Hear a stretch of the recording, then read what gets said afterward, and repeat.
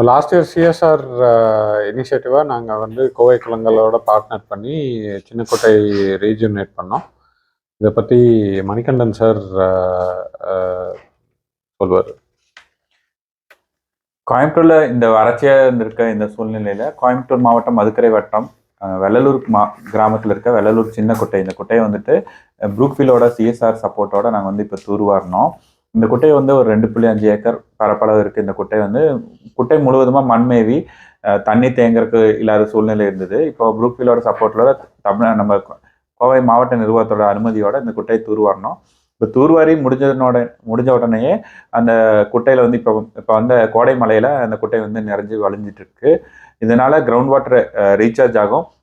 அந்த ஏரியாவில் விவசாய நிலங்கள்லாம் பலதும் வந்துட்டு ரியல் எஸ்டேட்டுக்கு மாறிட்டு இருக்காங்க. அது வந்துட்டு இப்போ விவசாயம் செய்யறதுக்கு எதுவாக இருக்கும். அது மட்டும் இல்லாமல் அந்த குட்டையை சுற்றி நிறைய உயிரினங்கள் வாழ்ந்துருக்கு. கீரி, முயல், அந்த மாதிரி பல உயிரினங்கள் வாழ்ந்துட்டு இருக்கு. அவங்களுக்கு ரொம்ப உபயோகமாக இருக்கும்.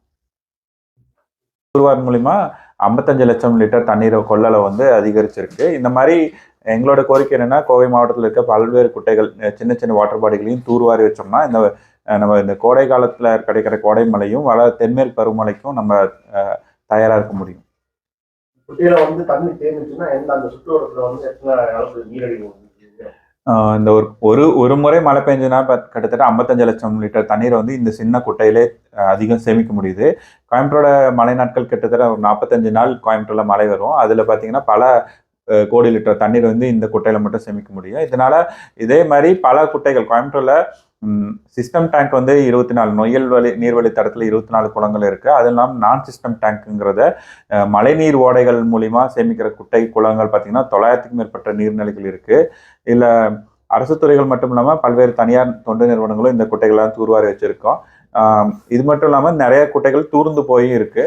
அதனால எல்லா குட்டைகளையும் இந்த மாதிரி தூர்வாரி வச்சோம்னா நிறைய தண்ணீர் நம்மளால சேமிக்க முடியும்.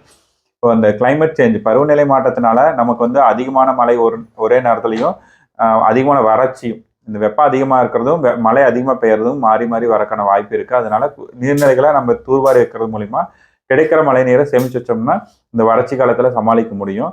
நம்ம பில்லூர், சிறுவாணி மட்டும் நம்பி இருக்காம நம்ம ஊரில் இருக்க சின்ன சின்ன நீர்நிலைகளையும் சேமிச்சு இந்த மாதிரி தூர்வாரி வைக்கும்போது நம்ம கோவை மாவட்டத்தோடைய நிலத்தடி நீர்மட்டத்தை அதிகம் உயர்த்த முடியும். இது பொதுஜனங்களும் வந்துட்டு இந்த மாதிரி தொண்டு நிறுவனங்கள் மட்டும் இல்லாமல் தனி மனிதர்களாகவும் ஒரு வீட்லேயும் மழைநீர் சேகரிப்பு உருவாக்குறது மூலிமா நாங்கள் அவங்கவுங்க வீட்லேயே குடிநீரை அறுவடை செஞ்சு வச்சுக்க முடியும்.